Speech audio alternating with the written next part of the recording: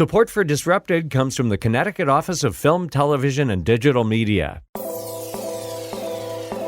Writer and civil rights activist James Baldwin is one of the most influential thinkers of the 20th century.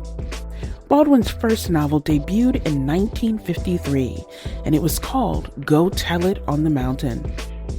Baldwin became known for his incisive writing about race, identity, and sexuality, and his ideas seem as relevant today as ever. I was taught in American history books that Africa had no history, and neither did I. That I was a savage who had been saved by Europe. And of course, I believed it. I didn't have much choice. Those are the only books there were. His nonfiction work includes the essay collections The Fire Next Time and Notes of a Native Son. His novels include If Beale Street Could Talk. It was turned into a film in 2018.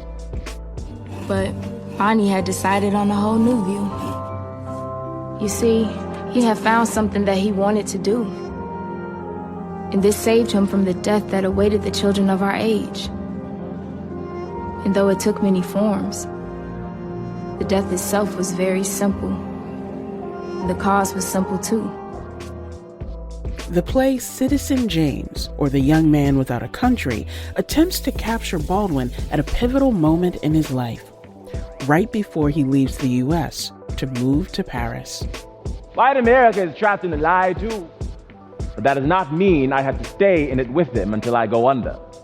From Connecticut Public Radio, this is Disrupted. I'm Kalila Brown-Dean. This hour, we're revisiting the legacies of two legendary figures in the civil rights era, James Baldwin and the Reverend Dr. Martin Luther King Jr. Later in the show, we'll hear from an author of a book reflecting on democracy today. He wrote the book in the form of letters to Dr. King. But up first, Kyle Bass. He's resident playwright at Syracuse Stage and assistant professor of theater at Colgate University. His play is Citizen James, or The Young Man Without a Country. Kyle, welcome to Disrupted. Oh, thank you for having me. I'm really happy to be here. I'm excited to talk about this play, given the moment and the context that the country is in politically, but also how people in some ways are discovering or rediscovering the great James Baldwin. And before we talk about the play, I'm curious for you if you remember how you first encountered the work of James Baldwin. I do remember I was young. I was in some ways too young. And I read Giovanni's Room when I was maybe 13. And, I think a lot of it went over my head, but I was then sort of thinking of myself as a writer. And I was very taken by the language and the work. And then when I went to college, became more familiar with his nonfiction and his ideas about society, about America, about the myth of America. It's amazing to discover Baldwin at 13, to grapple. I'm impressed, to grapple with those ideas. I was a bit older than 13 when I discovered it. But I remember Baldwin's work sitting with me, that discomfort of, I can recognize these challenges, but I can also say I deserve more than that. Let's talk about your play, Citizen James, or The Young Man Without a Country. It follows Baldwin as he gets ready to leave the United States for Paris. Talk to our listeners about that moment in Baldwin's life and why you thought necessary to bring it to the stage. Yeah, well, of course, he covered it in his sort of autobiographical writings, his more personal essays, which were always had the political underpinning, and in many ways were political right at the front of that work. But that, he really felt like if he stayed in America, he would not survive, or he would find himself, perhaps doing things that were sort of outside of his humane soul.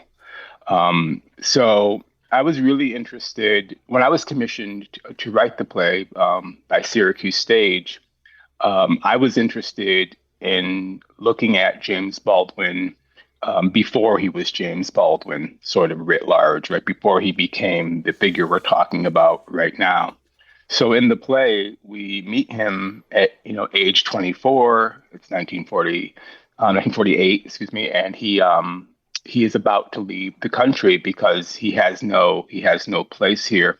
What this allowed me to do was to introduce James Baldwin to audiences who perhaps didn't know who he was, and yet to situate him before he becomes who he sort of becomes. And that was sort of exciting to me. It also allowed me to invest in this sort of portrait of James Baldwin, because every time I'm writing about a real person, it's not exactly the real person, right? Because it has to function dramatically and theatrically. So there is some degree of interpretation, even invention involved. But it allowed me to write sort of almost like a blank slate to actually almost create the person for the audience as they're watching. So I found that really really exciting. This portrait that you create for the audience, it provides layer, it provides texture, it provides depth to James Baldwin. And even if it is, dramatized in some ways, it allows us to break from that idea that Baldwin was just this great intellect who would just write in these profound ways, and that was it. You talk, referencing Baldwin's struggles about growing up Black and queer in the United States at that time, and the many ways that the very essence of the United States tried to limit who he could be, how he could express himself, how he moved throughout the world with doubt, but also with purpose. What goes into it for a playwright to convey the complexity of those emotions that Baldwin felt about his identity versus how the world wanted to see him?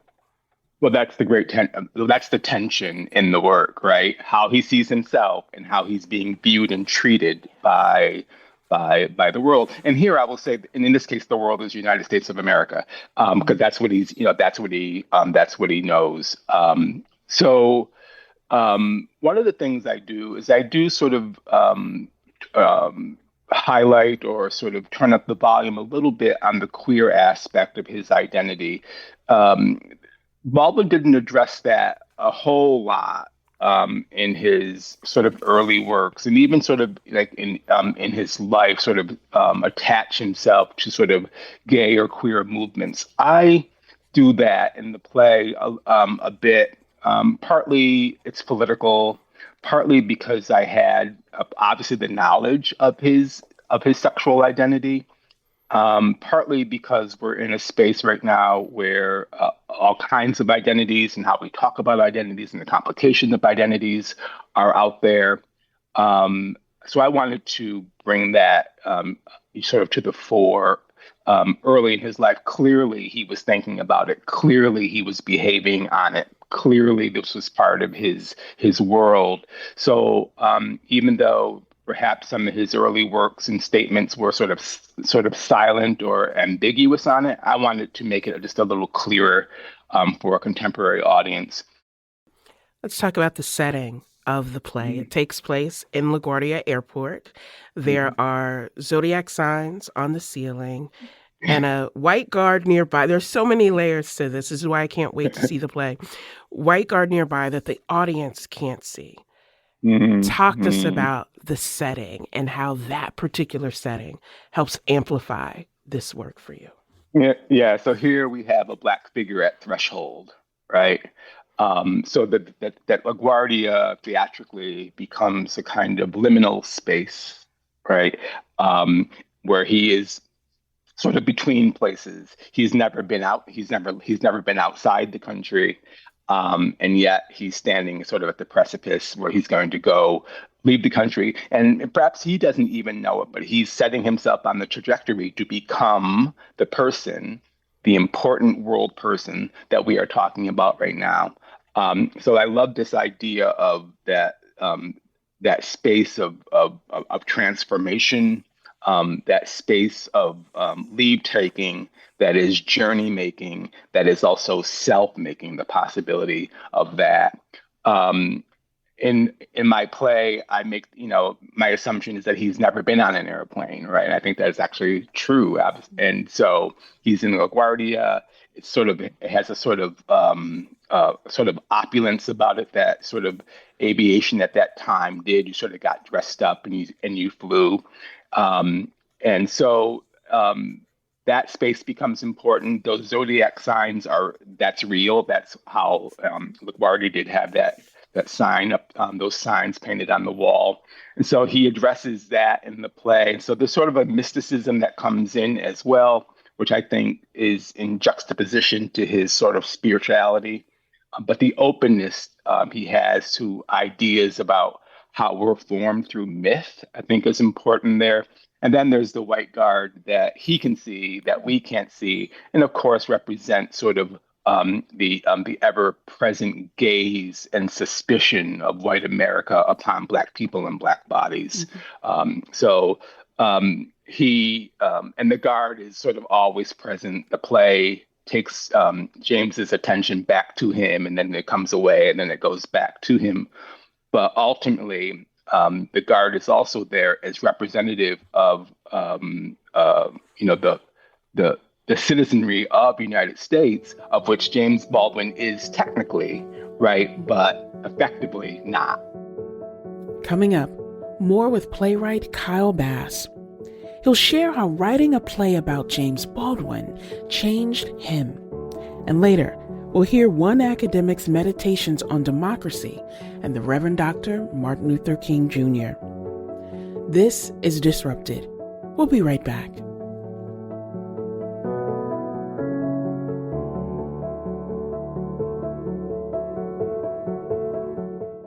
Welcome back to Disrupted. I'm Kalila Brown-Dean. This hour, we're connecting the past and present through the legacies of James Baldwin and the Reverend Dr. Martin Luther King Jr.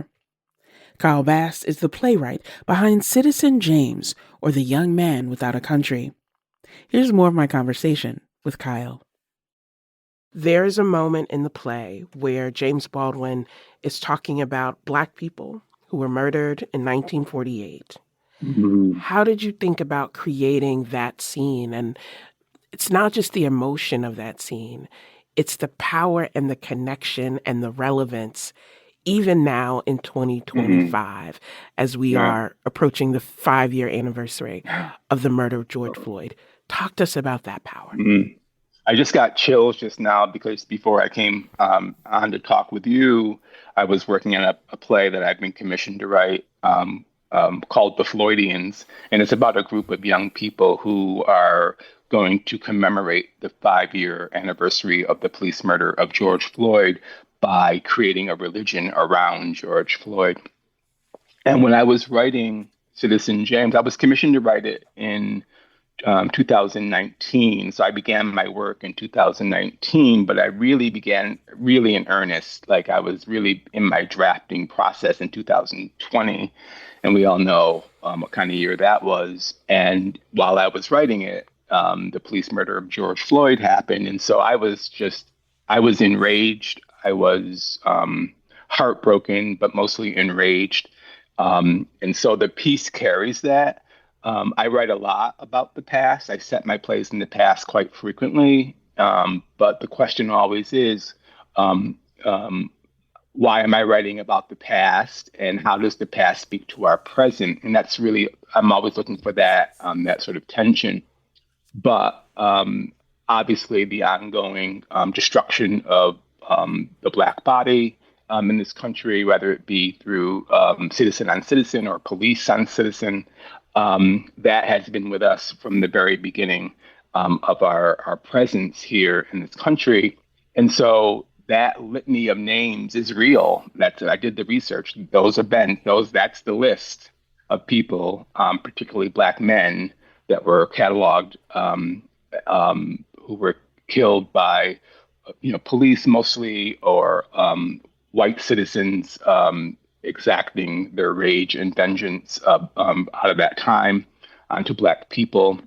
But it harmonized, I almost said beautifully, what I mean is tragically, with what we were living through and continue to live through.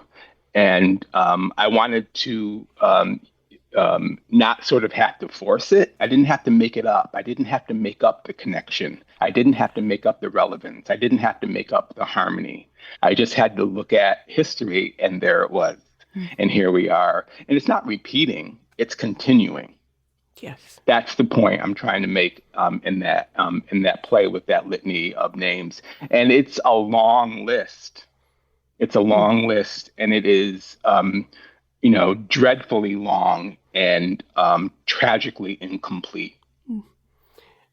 The beauty, if we can call it that, is the simplicity of it, that you don't have to hammer home the point because it is so real, it is so present. And by presenting those names, it forces the audience, in the piece that I saw, to pause and to think about that and the ways. I always go back to Baldwin's phrase, nothing can be fixed until it is faced. Yes. And the ways that for many of us, our coping mechanism is not to face the thing that feels so present and feels so heavy. How did working on this play and working through this, particularly in that time of 2020 with all of its uncertainty, what did this mean for you? Whether it was your view of the world, your view of your place in it, your view of the power of your voice as an artist. What was the impact on you to do this play? That's a great question. I think it continues and it sort of changes. And every time I see the play, I'm sort of reminded of sort of who I was when I wrote it. Here's the thing about a play. A play is many things. It's a blueprint for sort of a theatrical event to be built from, but it's also an X-ray of the soul of the artist at the time he or she was creating that work. And so when I see the play performed, I'm reminded of how I felt when I was writing it, and I'm also sort of challenged to remember that the play essentially ends with a presumed ascension. He's going to get on a plane and he's going to fly, right? So he's both fleeing, but in his flight, he is he's setting himself free. He's flying away from. He's running. Now he's not running. He's not running away from something. He's going to the possibility of something, right? So sort of hanging on to that, and to know that in my life, in my work, that's sort of always what's happening. I think even writing itself is a metaphor for that. I start out with a blank page. And it's terrifying. And I don't know where this is going, which is to say, I don't know where I'm going, right? But I do always arrive at an end. I have never not completed a work that I have started. And I think that is as much about sort of self-work as it is about artistic work. While I can't pinpoint it always exactly, I am changed by everything that I write, and I was certainly changed by having written this play. And when I see it, I'm sort of changed anew, because now it's coming through another voice, another interpretation. And when you watch a play, it's a little bit like watching your soul come back at you, but it's in shards. It's sort of recognizable, but it's not entirely recognizable because it's coming through another human being who's attached their need to survive on it. The actor, James Alton, who's brilliant. And he's been doing it for 5 years. I've watched him grow because of the piece. So that's how the work sort of affected me when I was writing it and how it continues to do it. Every time I see it anew, I feel like, oh, I've changed in a new way. One of the things that I've always loved and respected about theater is that vulnerability that you just named, the vulnerability that the playwright brings to the stage, the artist to be able to connect, the sound, the lighting, all of those pieces represent vulnerability and connection. And so as a patron, I feel it's my role to go see a play and leave with this understanding, what is this supposed to make me feel? What is this supposed to make me think? And then what do I do in response to what I'm experiencing so that I bring that sense of vulnerability, really an appreciation. I want to ask you, James Baldwin said the world is held together by the love and passion of a very few people. Thinking about that power of theater, that vulnerability, the fact that many of us need, particularly in this political climate, in this moment, we need more of that. What do you say is the power of love and passion today? Oh my goodness, it's the only thing that's going to save us. It's the only thing that's going to save us. James Baldwin also said we must tell the children there is no hope. We must not tell the children there is no hope.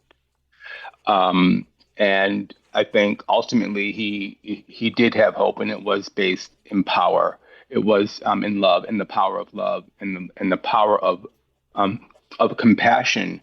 And we see it in the play because he does extend that view even to the guard through an understanding of how the guard has become, how the white guard has become what the white guard represents.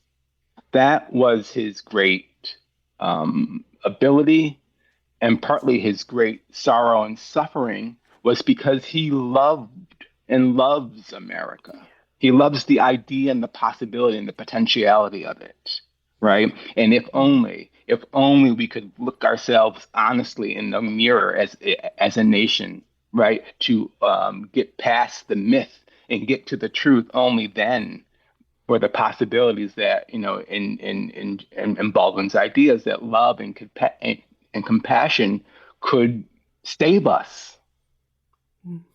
and our ability to love, right? In his great and terrifying story, Going to Meet the Man, oh my God, he shows us a man, he's in bed with his wife, and he's, trying to be loving and express that love, and there's a child, and so he paints this picture of this human being, who we can sort of all understand, but by the end of the story, where that man is taking his son, what that man is taking his son to see, I don't want to spoil it for people who haven't read the story, is astonishing, and it does involve the destruction of Black bodies, but what he's getting at is that we are all human beings, right? And what has driven some to want to put their knee on the neck of a man for 9 minutes and 29 seconds until that man expires in the street? What has driven that other human being to do that to a fellow human being? Baldwin was very interested in that question. It wasn't just all about, being his inability to articulate, being so rageful he couldn't articulate or couldn't see. My God, he was clear-eyed, rageful, but clear-eyed about the truth of our common humanity. And that's about love. That's about compassion. That's what he has to teach us. That's what he taught us, in his writing. That's what he taught us when he was alive. It was what he continues to teach us in his writing that survives, and in the conversations that, that call his name and his work forward. I really believe, Kyle, this will be our Sankofa year, where we go back and return to those ideals of love, of connection, the lessons of Baldwin, of so many others who wrote from a place of love and hope, even when it felt impossible. Kyle Yes. Bass is resident playwright at Syracuse Stage and assistant professor of theater at Colgate University. His play Citizen James, or The Young Man Without a Country, will be performed by Hartford's Heartbeat Ensemble. Kyle Bass, thank you so much for joining us. Oh, thank you for having me. It was a joy to talk to you. Coming up, reflections on growing up during the Civil Rights era. This is Disrupted. Stay with us.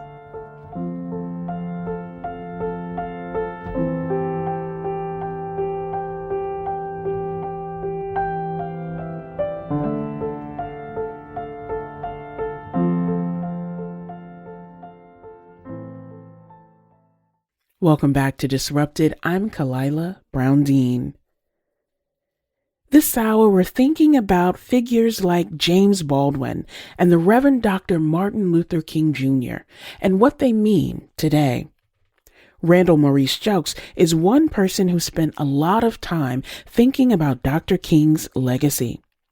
Jokes is the Ruth N. Halls Professor of African American and African Diaspora Studies at Indiana University, Bloomington.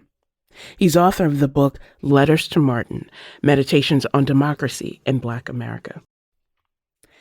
The book started as a talk that Jokes gave shortly after President Donald Trump's first inauguration back in 2017.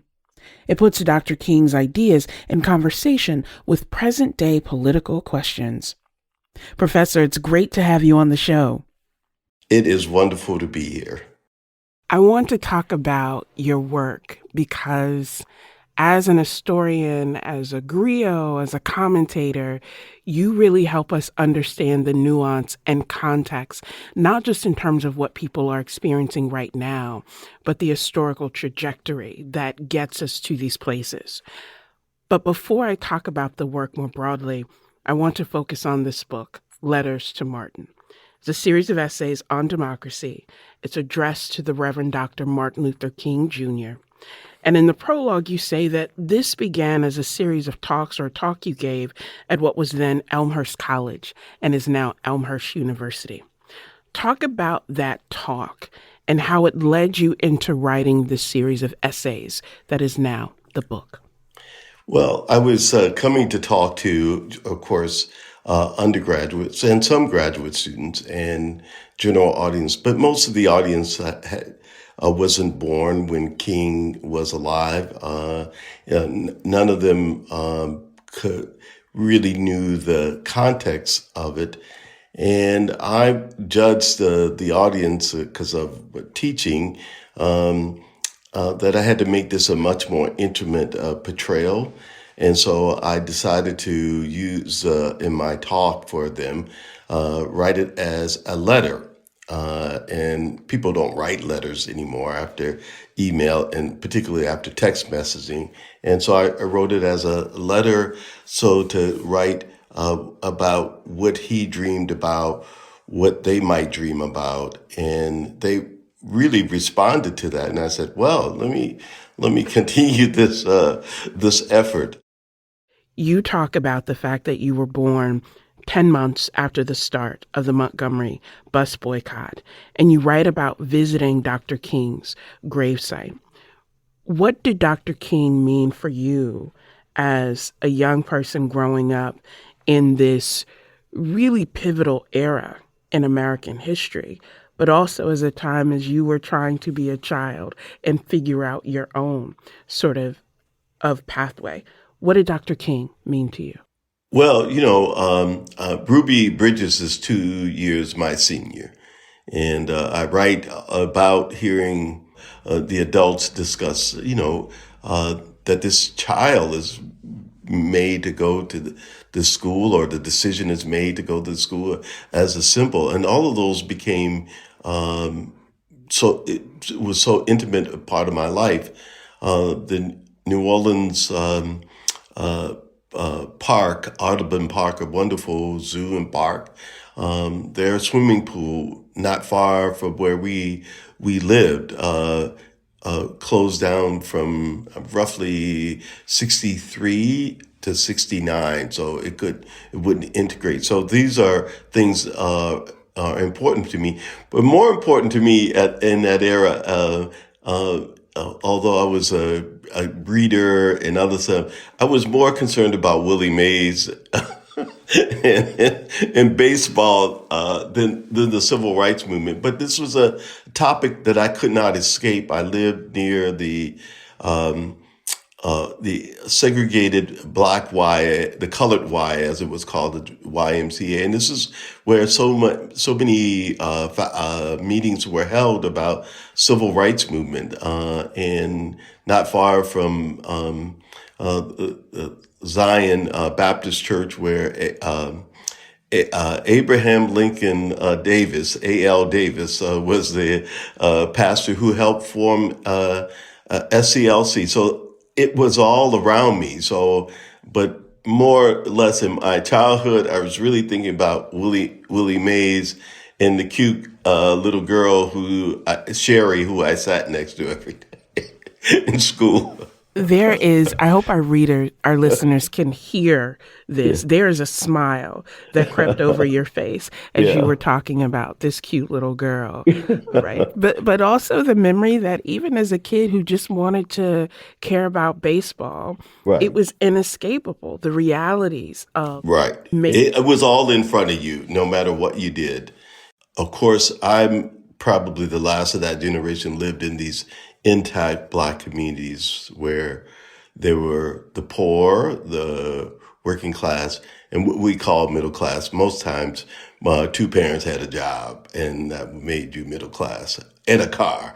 But, that world has, drastically changed. Even for my students, when I talk about that world, they don't understand the kind of intimacy. And I will say that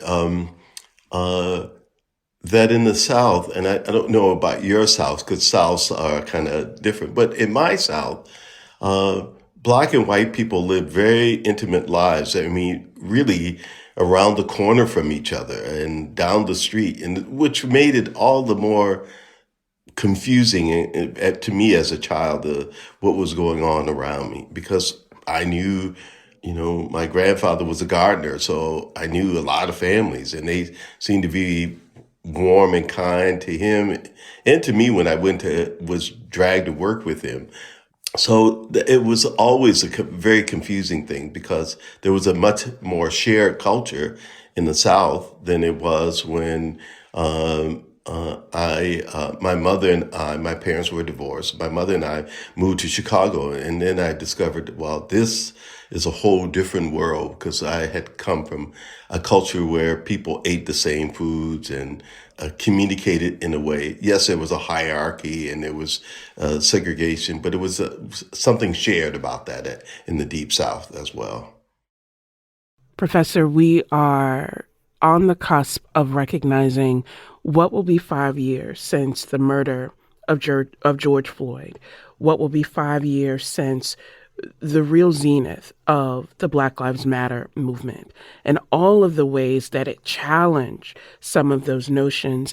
It challenged some of the complacency that I think people felt, and the fact that that murder happened where it did, where people feel like, oh, it's easy to demonize the South. But then when that sort of event happens in a place where people don't expect, it makes us see things differently. When you think about that movement, the outcome of that movement, the legacy of the movement, and you think about the legacies of Dr. King and the civil rights movement, what stands out to you as you think about that lineage, that legacy, and the lessons that we perhaps should have learned, but maybe did not? What speaks to you? Well, again, I see these things in a longer context.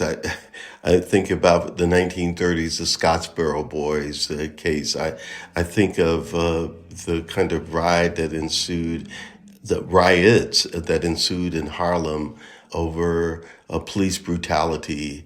And of course, in the book, I try to make a comparison between King and Rodney King, because this is the legacy that we have ongoing. And race is, I'll use my grandmother's Baptist language. Race and racism particularly is the is the devil's tool, and it then has allowed in public policy for to use fear and brutalize and kill children, Tamir Rice, Trayvon Martin, and George Floyd, and so many others. This is public policy that this fear becomes a part of public policy, and so this is done without punishment, without recognized, and this is continued to be done over and over.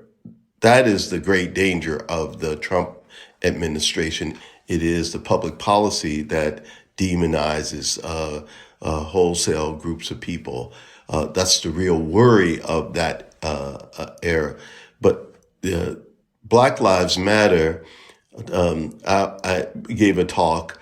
It said Black Lives Matter has always mattered to Black people. One of your chapters is called The Strength to Love. What does the strength to love look like? Love is in King's estimation was justice, right? It's the work of showing people you love them, and it's the work of making so that they have room to breathe and have life themselves.